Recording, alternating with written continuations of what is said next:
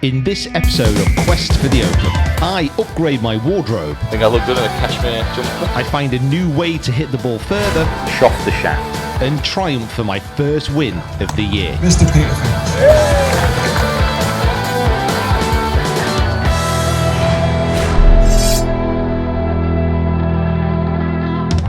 Seriously, how nice is that?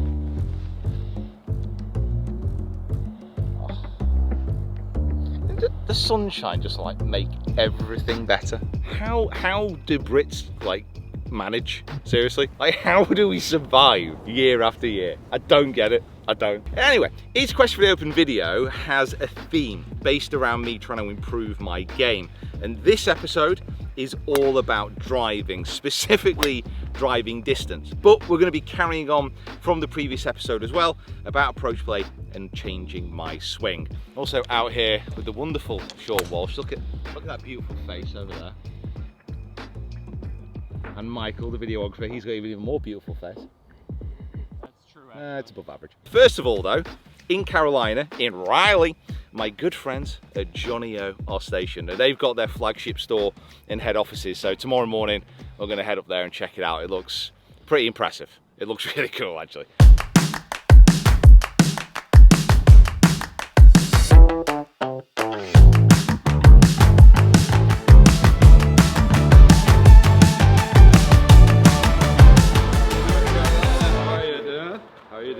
Hey guys, how we doing? Good Dave to Neville. Good to see you.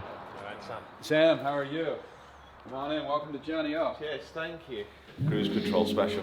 Oh, hi, how you doing? So I started working with Johnny O at the start of this year, and I have met so many incredible people within this company. They are fantastic to work with, and bear in mind they are faced with an almost impossible task to make me look good. However, I believe that they're up to it.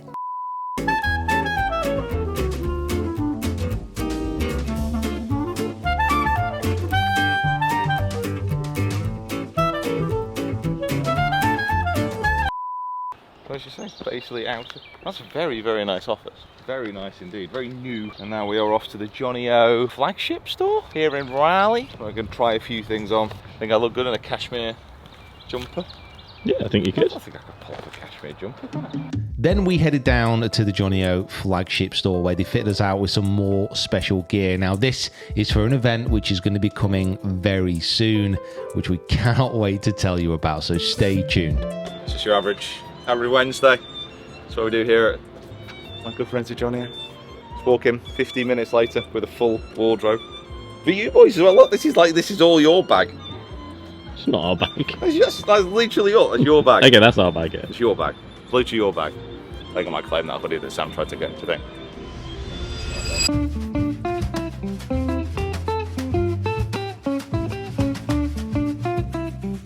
Really need to stop doing these just after we eat. Our final stop at Pinehurst today.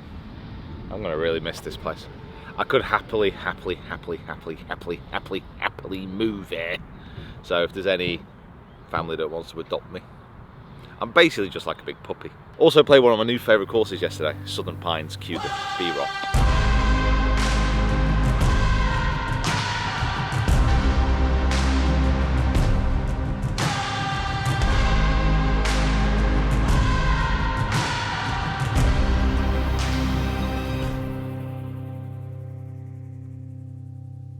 Now driving is the main focus of this Quest for the Open video, but I am really struggling with my putting as well. Getting onto these greens in the States, which are very quick, and not having any practice on this type of surface in the last few months has really kind of just kicked me squarely in the crotch. So I'm going to do two things before I go out and play. This first one, now this is a Visio putting mat that I've had for quite some time. This is all about just guiding stroke. It's just a visual representation of what I want my stroke to do. And then I've set up this. This is a gate at the end of the mat. And really simply, all I want to be doing is getting the ball passing through that gate. If it starts off right, starts off left, it's going to hit the gate. That's very technical. However, speed control, that's the next aspect. So I've got a relatively flat put here on the green, and I've set up 4 stations. Now this is all about developing pace control. So I've set up a gate at about 10 feet, at about 15 feet, and then at about 20 feet. And my whole purpose here is to go to each gate, trying to get the ball stopping in between the two tees. Much better pace there. Just past. Very acceptable. Second to 15 feet. Focus on that spot. Oh, that is absolutely bang on. Okay. Oh, that's pretty good. That's pretty good. Got a little bit excited, but that's more than acceptable. Do this a few times, and then I'll get these drills in the bag, and I'm going to go around these holes, just going through my routine, because that's been lacking as well. As soon as that's done, I'm off to the range to have a grind. Completely unnecessary movement of the body there. I apologise.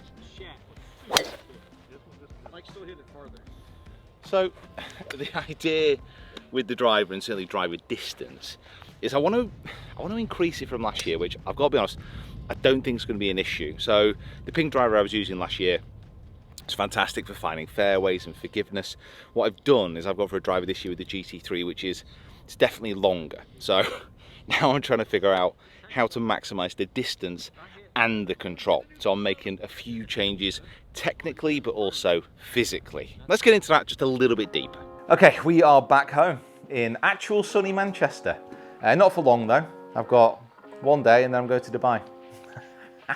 But the reason I'm going to Dubai is that I'm playing in a 4-round Pro-Am. Yes, that is 4 competition rounds in 1 week without a cut. So it's almost guaranteed.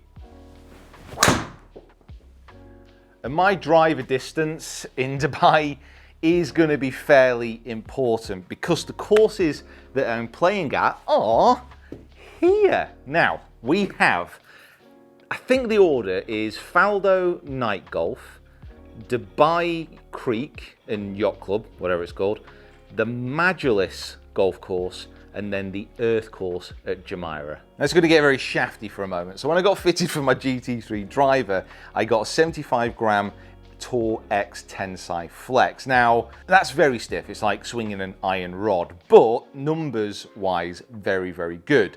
However, I've been having to go with this 65 gram X Flex, so slightly softer. Generally speaking, I've actually found a slight improvement with the softer shaft. And we'll throw up the data of the difference between the two shafts, so the kind of testing I've done and all the averages, and there's really not a lot between them.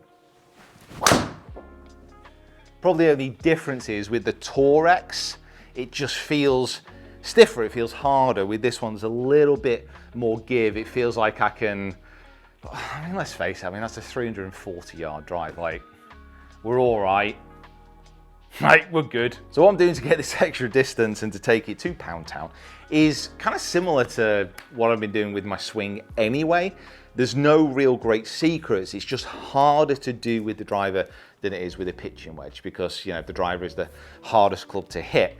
So it's a big wide turn, trying to keep a little bit of flex in the trail side whilst maintaining a nice full hip turn, pushing all my weight, well, certainly feels like all my weights, to pressure down into this lead side, into my left side, straightening that up whilst keeping my chest a little bit more on top of the golf ball.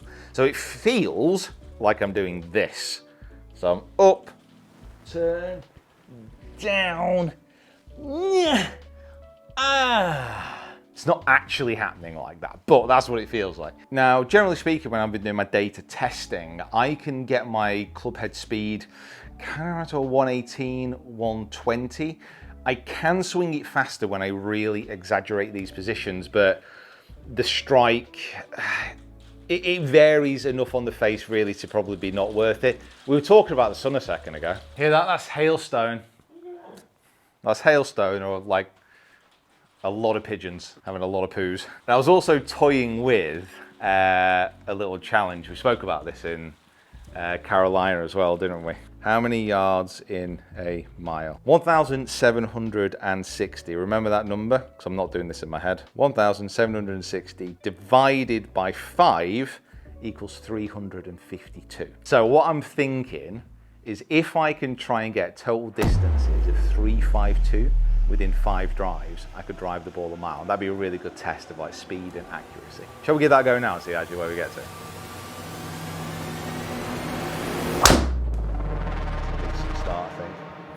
That is a very good start. Just slightly low on the face, so it just spun up a tiny, tiny amount. Go on, go on, go on. 339. I think that's probably like the maximum I can do right now, staying in control. Oh, that might be huge. Yeah, that might be massive. Go on. Carry 320, 342. Ball speed 178. Spin 22.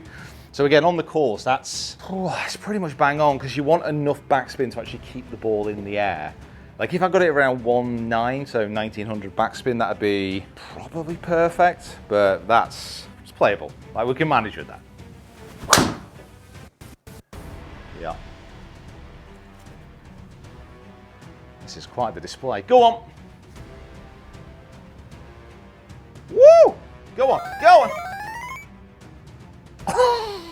350, come on. Now that was pretty much bang on. 124 club head speed, 146 on the efficiency of the strike. Ball speed must be 180 there, 181, 24 spin, all right. Side spin 88, basically nothing. Oh, it's just a bit cutty. Oh, and it's a bit bottomy, 126 on the speed. I mean, it's 334, so let's not get too distraught, but I think that means my last drive needs to be about 380. So my last drive needs to be 394 yards, which is pushing it, admittedly. Let's just try and get a really good mark on the board, shall we? Hell of a finish. What straight is that, though? That's going to be 350, that. Easily. 359. Admittedly, there's a green there at 350, so. This is the difference between kind of being in here, obviously nice warm conditions, very comfortable, got me joggers on, and there's no like pressure, there's no real targets, I'm just whacking into this screen. Translating that onto the golf course is obviously a little bit difficult when the weather's cool as well. Now going over to Dubai, obviously it's warm, it's hot. I think it's like mid-20s there at the moment. So actually being able to be free and to swing nice and solidly, we should be able to do it. We should be able to get some really good distances. It's just keeping in that control. I mean, that last swing there, that was 126, and I managed to maintain balance. I managed to maintain everything because like the mechanics in my swing are generally much, much better. An average carry there of 332, an average total of 345 is legitimately very, very good. Like I've not really produced those numbers in quite some time. A little of it's down to swing, down to drive as well, change and like getting control of the spin. So it's exciting, like the opportunities if I can keep this under control are fantastic. It's just that, it's keeping it under control and keeping the practice going. Right, okay, so I've got one more day of practice and prep tomorrow, and then it's to Dubai. And I'm solo vlogging it as well. Like it's me and a camera. I'm over there with Fryer and Carter at this Pro-Am, but I'm gonna be all alone with the camera. I've not done that in a long time. You're gonna get all awkward and nervous. Yeah, yeah. Right, well, see you over there, I guess. As a reminder, the fasten seatbelt sign is still on for your own comfort and safety. We request that you observe it.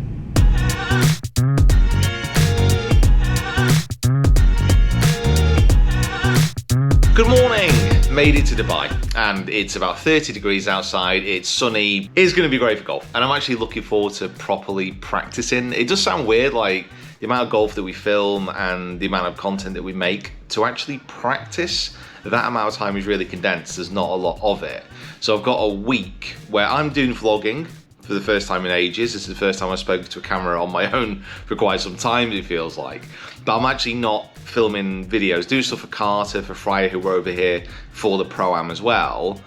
But I'm kind of free to practice and to properly focus on my golf. So driver distance, obviously, still working on my swing from the lesson I had with Dan and then the competition round. So I'm looking forward to showing you all. We will see how we get on. Overall feeling not bad. Happy to be here. Now, the Tommy Fleetwood Academy is based at Jumeirah Golf Estates, and it's where some of the very best players actually practice out of, so the facilities are top notch. And whilst I'm using this episode to focus on my driver distance, there's a lot in my game that needs work. So we started on putting before moving on to chipping and short game, because realistically in the winter in the UK, it's just not feasible to practice off firm grass surfaces. So it was fantastic to relearn this high floating spinny pitch. After that, we moved over to work on driving and driver speed. It is so much easier to work on moving your body when the temperature is warm. When it's freezing and when it's cold and when you're wearing 14 layers, it's not quite as easy as when it's 30 degrees and roasting sunshine. Okay, first actual match of the trip, first 18 holes at Dubai Hills, which looks a hell of a lot different since the last time I was here. Last time I was here, every single house looked like that, and now most of them look like that hotel, which is just sitting behind this green. It's a massive army. Absolutely huge. I mean, that's actually Carter's. I don't think I could rent a room off him. I don't think we'll be getting through the gates, to be honest with you. Oh man, first 18 holes, and we're gonna. I mean, how many holes are we actually playing this week? Because we're here for the pro-am that you're organising, so God knows how that's gonna go. It's going to go amazing because Okay. I'm very capable. We're in a tight ship. It's what I do. It's what I do. So we've got 18 holes today. We've got 36 holes tomorrow, 27 holes the next 2 days after that, and then 18 on the final day. R.I.P. my back. Yeah, like for some of the people that might sound ideal, but for our injury-riddled bodies. As we were saying, Finch's Pro-Am partners, who I've obviously helped organise this trip for, they're actually doing 36 holes a day. 6 days in a row. 6 days in a row. Wow. So no shouting at them if they don't play well, because they're a bit tired. I'm sure you will meet them in this Quest for the Open video as well. Do you know the names? Stephen and Dave. Stephen and Dave. Flying in from the US.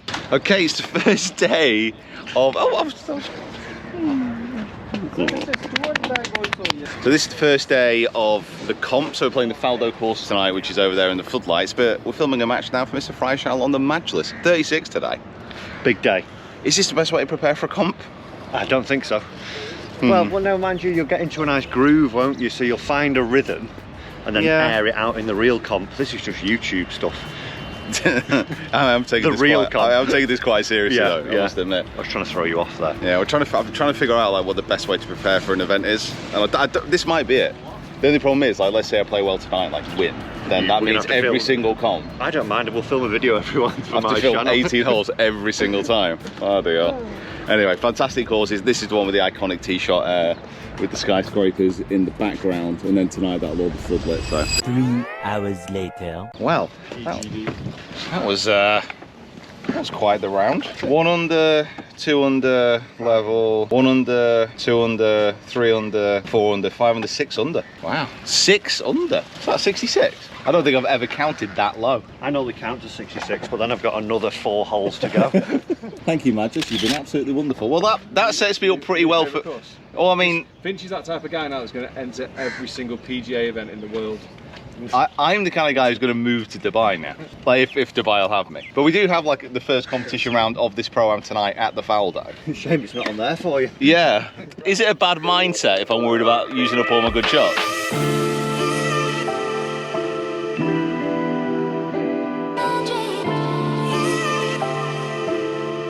Right, round done.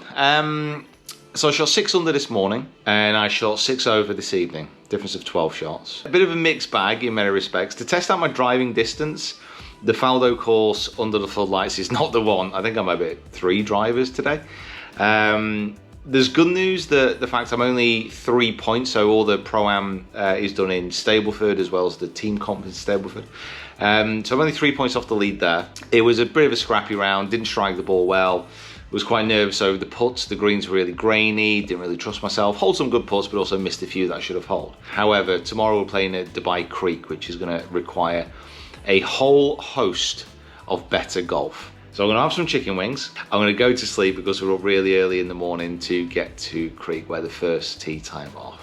I'm actually really disappointed after this morning. I also can't be too disappointed. I played 36 today. I'm a little bit knackered. Not far off the lead. We go again tomorrow.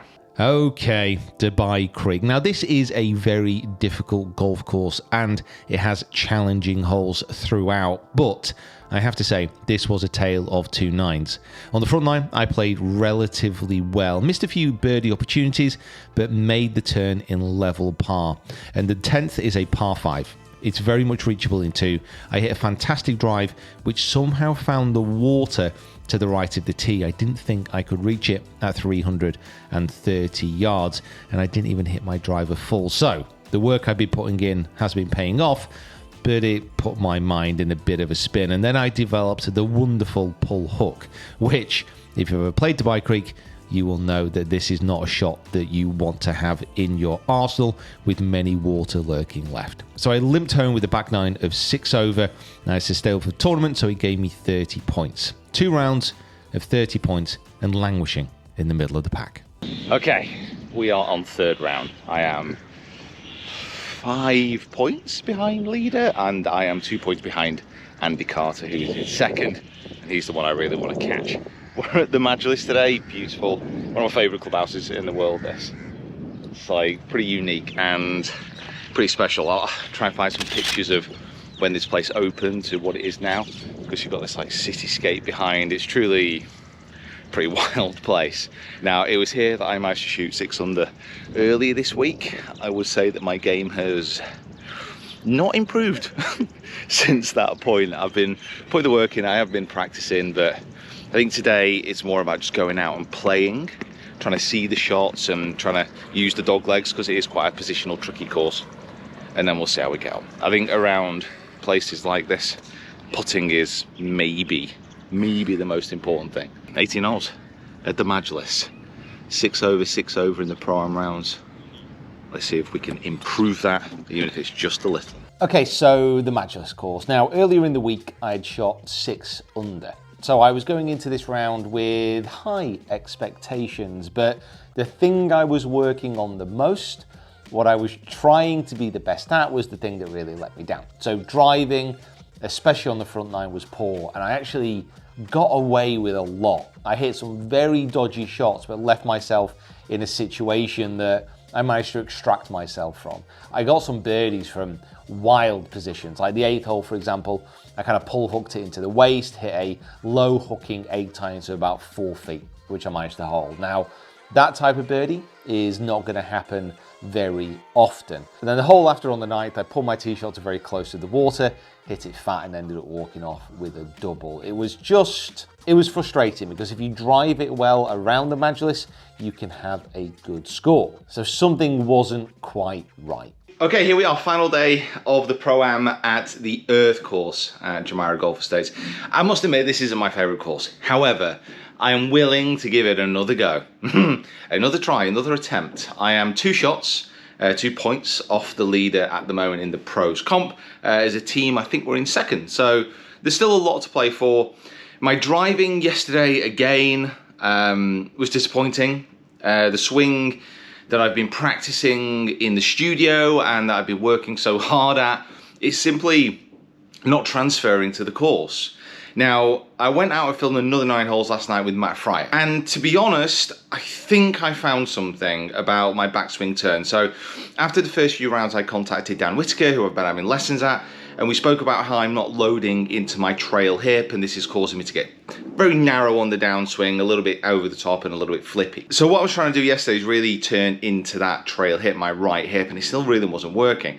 So I focused then instead of the shoulders. So I was turning my shoulders more, which then helped add rotation into the hips, and that was working last night, seemed to straighten everything out. So we're going to give it a go today. Let's see what happens. Let's see if we can bring home the first win of the year.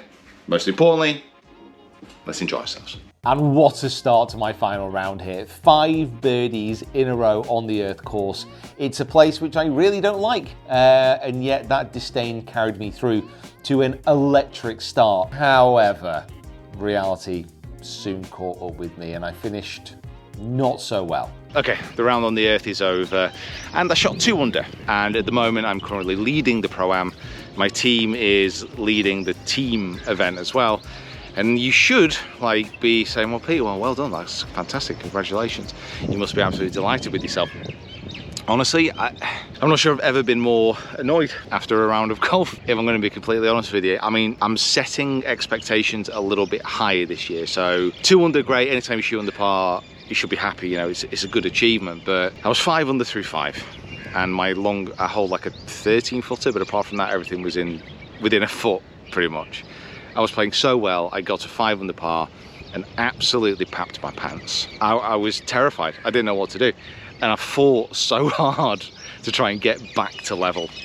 I was trying to jeopardize myself in so many ways. I'm just so annoyed. It could have been a fantastic round, but I let it slip because mentally just not there. But that's going to be another episode of this Quest for the Open series. My driving was by far the best it's been all week. The work that I've been putting in and the extra little help of getting more shoulder turn to engage the hips definitely worked, and I drove a couple of greens, hit it fantastic.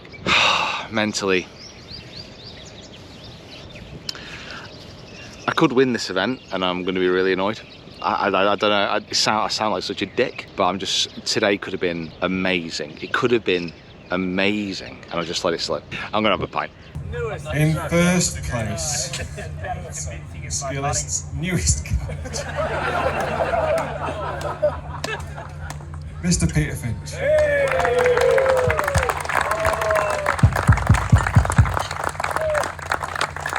Gary's giving you a standing ovation, along with Stephen Day. You know what, guys? It's amazing that everyone's turned up to Dubai. Fantastic courses. Cara has managed to organise this. Somehow, I've known him for the best part of 20 years, and the fact that you're all here, all alive, is one of the most astounding things I've ever seen in my entire life. So congratulations to all the coaches as well, and to all the players. And yeah, thanks for the money. I appreciate it. That was nice. Thank you. Okay, back, and absolutely delighted to win my first event of the year. It was only a small field, but a win is a win, and I'm going to take it. I think the work that I've put in this month around my driving as well, it has paid off, although the transfer from the practice and the studio onto the golf course, that is something that I still need to work on. When I watch my swing on the course compared to what it is like in isolation during a lesson or in the studio, it just really isn't the same. Now, when I'm doing my stats, I usually have this to a Tour Pro baseline. So all these courses that I play, my strokes gained is all measured against the Tour Pro. If I was to switch it to a scratch golfer, so a 0 handicap, you know, my strokes gain would actually improve quite drastically. But I'm gonna do it to a Tour Pro. I'm gonna make sure that my standards are very high. Now, over the rounds that I played, I lost a stroke compared to a Tour Pro off the tee. However, that isn't too bad, and certainly I can see the progress being made. And on that final day at the Earth course, after the work I put in and after the little conversation that I had with Dan to free up my swing a little bit more, my driving was a definite advantage. My final round, I actually gained 1.83 shots on that Tour Pro baseline off the tee. So that was a big improvement. And obviously, when I'm putting myself in those situations, it makes the course a lot easier. First hole was about 380 yards. I knocked it pretty much onto the front of the green. A little pitch up, tiny putt. Second hole, great drive, knocked on a par 5 in 2-putt eagle. Great drive on the third, wedged about a foot. The fifth, I drove it onto the green, 2-putt for a birdie. These things are gonna make golf a hell of a lot easier if I can continue that momentum with my tee shot. So the work that I'm putting in, I'm happy with. I need to keep going, but then the next bridge to get across, the next big hurdle in the Quest for the Open, something which I have been working on, but I need to improve on, is my mental game. Now, there are things that are in place, there are things that I'm trying, which I will cover all in the next episode, but until that point, thank you so much for watching. Happy to get that first win under my belt, and it is now really that the comps begin in earnest, racing towards Open qualifying at the end of June. So guys, huge thank you for watching, and we'll see you next time.